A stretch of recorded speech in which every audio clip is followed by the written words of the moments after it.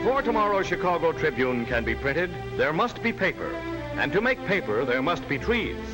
Thus, actual production of tomorrow's Tribune begins in a wilderness on the north shore of the Gulf of St. Lawrence. Let us journey there, 1,200 miles from Chicago, into the North Country to the forests of the province of Quebec, Canada.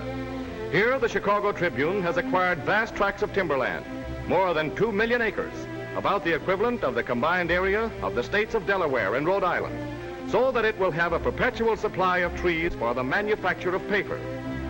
Operations in the timberlands are continuous 12 months of the year, but in a sense the cycle may be said to begin in the fall, when shiploads of supplies are taken from Quebec down the St. Lawrence River to Tribune towns on the rim of the wilderness. For once winter comes, there is no getting in or out except by airplane, for snow and ice form impassable barriers.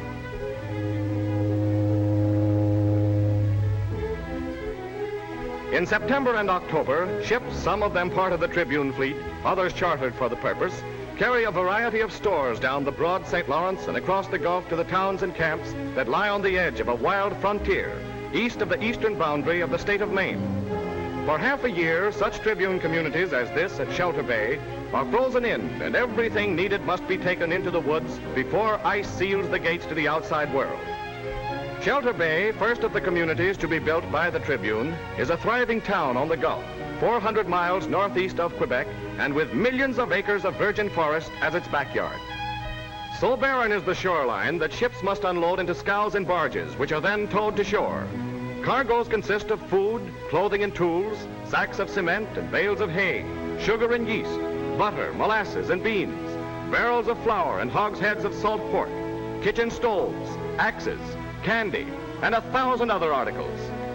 Annual requirements, for example, run as high as 2.5 million pounds of hay and oats, 330,000 pounds of potatoes, 250,000 pounds of flour, 140,000 pounds of pork, 900,000 cigarettes, and 7,000 pounds of tobacco.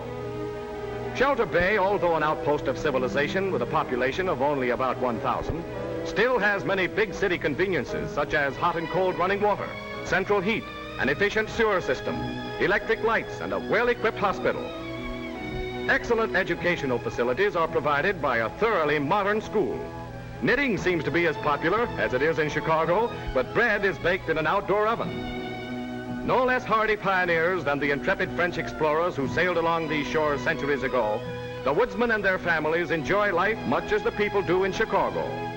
Life is simple on the North Shore, but for both young and old, it is a full life.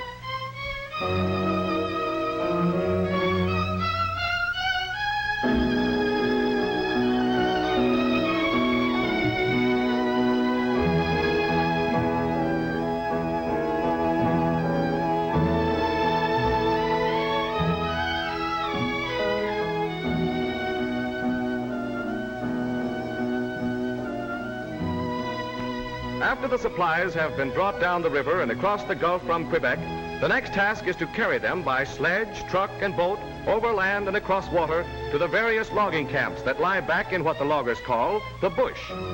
Less than 20 years ago, this was an impenetrable wilderness. But today, through corduroy roads, boats, and bridges, the backcountry has been made accessible, and interior camps have been built at strategic points. Cache 2, base of one group of loggers and 6 months headquarters for the cutting crews, is about 20 miles from Shelter Bay on the southern tip of 30 Mile Lake. About it lies the forest primeval, mile after mile of rugged country, in which are great stands of timber awaiting the axe of the woodsman. In felling a tree, the first operation is to clear away the brush. Here is a lumberjack notching a tree on the side toward which he wishes it to fall. Next, he uses his saw on the opposite side. Then there's a shout of timber, and the tree topples and crashes. The small branches, or slash, are trimmed off and later are burned. Otherwise, they would dry out and constitute an invitation to the deadliest enemy of the forest, fire. No one is permitted to smoke in the woods, and all about are fire guards. After the tree has been cut into 4-foot lengths and stacked, the logs are carefully examined and stamped by the inspectors, or scalers as they're called. Spruce trees, balsam, birch, poplar, and mountain ash abound in Tribune timberlands, but only spruce and balsam are cut, since they provide the best quality fibers for making newsprint paper. Every winter, more than 2 million trees are cut according to a carefully planned schedule. No tree is cut more than 18 inches above its base. No young trees are felled, and reforestation is encouraged, though it is accomplished by nature so efficiently that no prolonged assistance from man is required to promote regrowth. One day in the late autumn, the wind comes from the north, bringing snow and sending the mercury toward the bottom of the thermometer. Then until April, the North Country is held in the unrelaxed grip of winter, with temperatures as low as 50 degrees below zero. Days are short, for not so far away is the Arctic Circle, and work must move along briskly. An important activity is that assigned to the cruising team. Traveling by dog sled, the men choose a site and pitch their tent. Then they go through the woods, measuring trees and marking those that are from 80 to 100 years old, and hence are ready for the woodsman's axe. Cache, too, is now wrapped in a fluffy blanket of snow, but the cabins are cozy and warm, and the food is plentiful. No need to call them twice. Swinging an axe in the woods in winter is guaranteed to work up a first-rate appetite. Not much dinner table conversation, but a wholehearted devotion to the matter at hand. Music is a popular entertainment.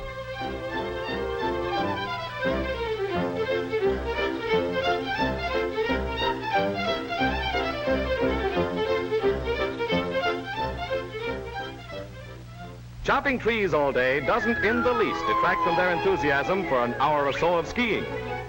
All through the winter, the harvesting of trees goes on in a race against the elements in order to cut the scheduled volume of timber before the coming of spring. Getting the timber out of the woods is a difficult problem. Some of the logs are transported by horse-drawn sleds to rivers and lakes, where they're piled on the ice to await the spring thaw. And where the banks of rivers and lakes are inaccessible to sleds, logs are sent tobogganing down icy chutes.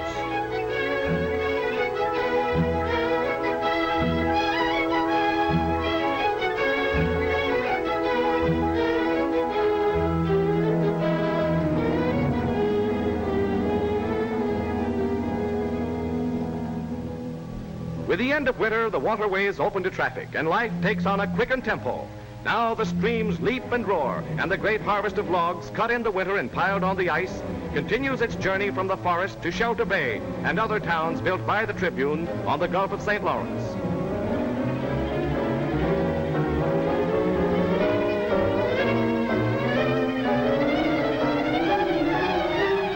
Occasionally, the frozen logs are difficult to dislodge, and then dynamite is used to break the jam and send the timber on its way.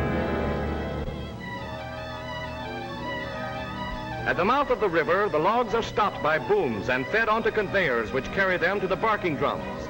These are huge steel cylinders in which the logs revolve and toss against one another. By friction, the bark is removed and the logs emerge slick and shining. Then they're conveyed to the waiting ships and piled in the holds and on the decks. At Franklin, 100 miles or so southwest of Shelter Bay, is another Tribune town. Here, logs drop from a sluice directly into the ship's hold, where crews arrange them in ship-shape manner. A few miles farther south is Como Bay, the newest Tribune settlement, where the Tribune is building a new town, power plant, and paper mill. All during the navigation season, from June to October, ships are loaded and push off for the Tribune paper mill at Thorold at the western end of Lake Ontario. The trip requires from a week to 10 days. During a single season, as much as 150,000 cords of pulpwood are shipped by boat from the timberlands to the mill, where they're converted into newsprint paper. As soon as a steamer arrives at the mill, the logs are lifted from the hold by derricks. Then they're picked up by a chain conveyor and stacked in mountainous piles containing as much as 100,000 cords of wood. Such a reserve stock is needed since the Tribune consumes more than 2,000 tons of paper in a single week. Time was when the logs were handled by men. Then this ingenious device, the orange peel grab, was invented. Logs are now carried from the piles to the conveyors more quickly and with little hazard to the workmen. The grab picks up a load in its jaws, swings it around, and deposits it onto the cable conveyor.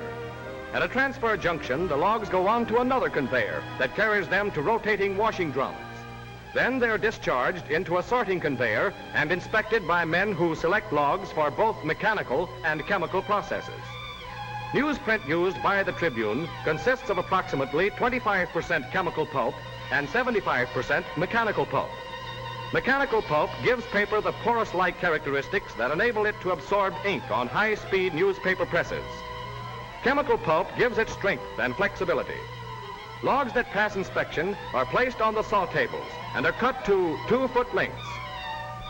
Those with slight defects are placed on the carriage of the woodpecker, a name given this machine by the Tribune engineers who developed it at the mill.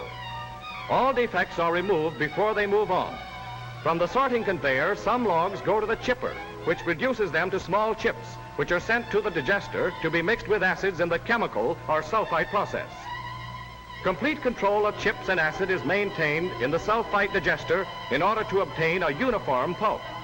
There is no deviation from the highest standards throughout the mill to ensure a superior grade of strong white paper.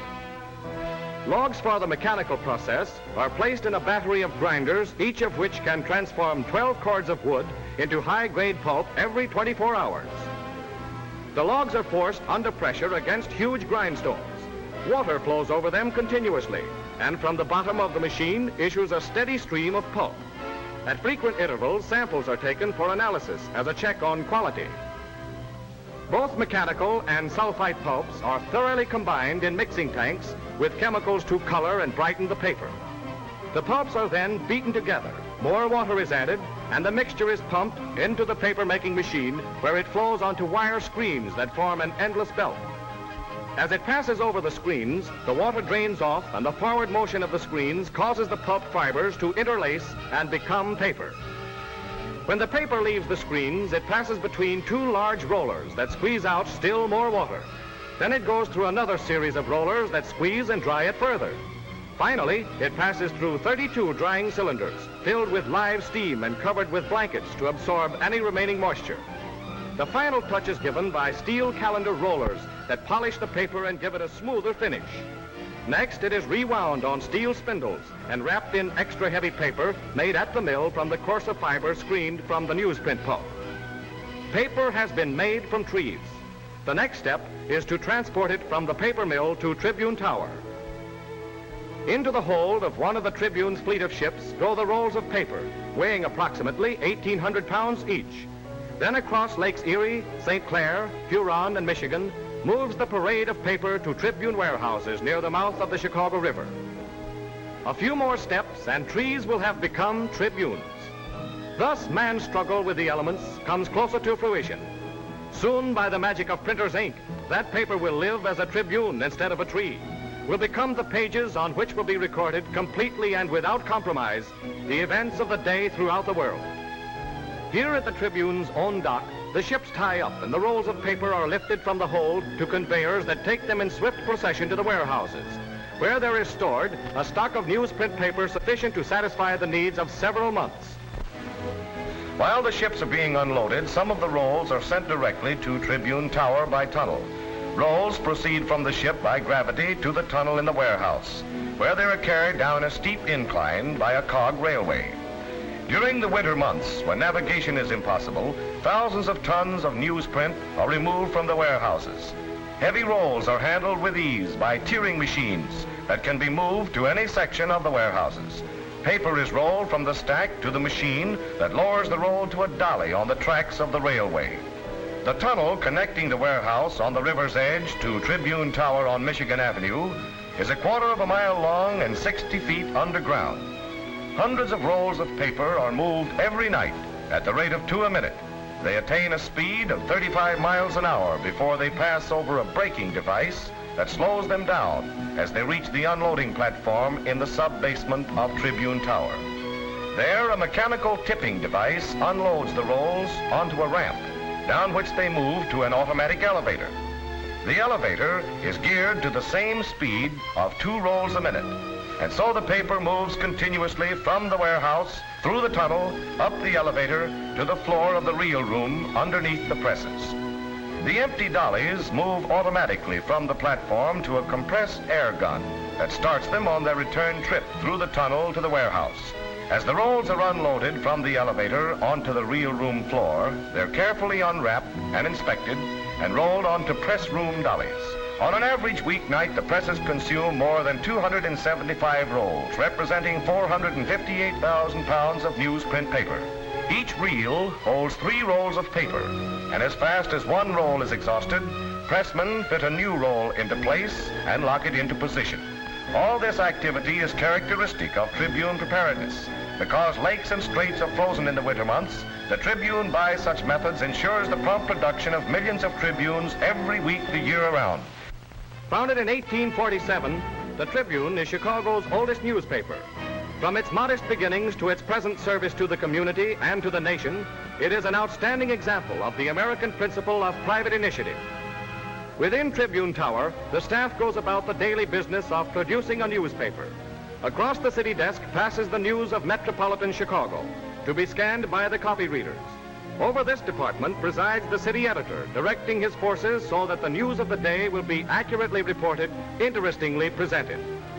From the press associations and hundreds of Tribune correspondents comes the news of the country by telegraph to be handled here. A similar desk is in charge of the cable editor, to whom comes news from outside the United States, sent by press associations and by Tribune correspondents in foreign cities. 24 hours a day, the cables bring the day's history as it is made and reported across the seas. Under the direction of the sports editor are experts who write the story of baseball and football, of golf and tennis, of horse racing and boxing, and all the other recreational activities of this sports-loving nation. Still another important department is that of finance and business, where trained writers present the news of markets and trade. Directed by the metropolitan editor are 5 separate neighborhood newspapers, which are a part of the Sunday Tribune. And here is the Sunday room itself, a busy department, where under the direction of the Sunday editor are many sub-departments and features. On all topics of special interest, writers keep Tribune readers well informed.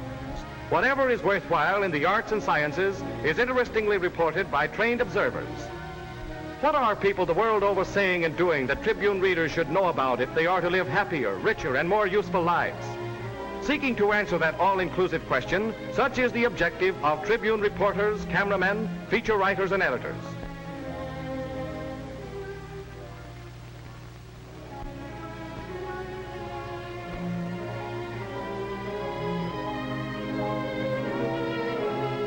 And supervising these various men and women, each trained in his or her special field, are the assistant editor-in-chief and the managing editor, who coordinate their output into one harmonious whole.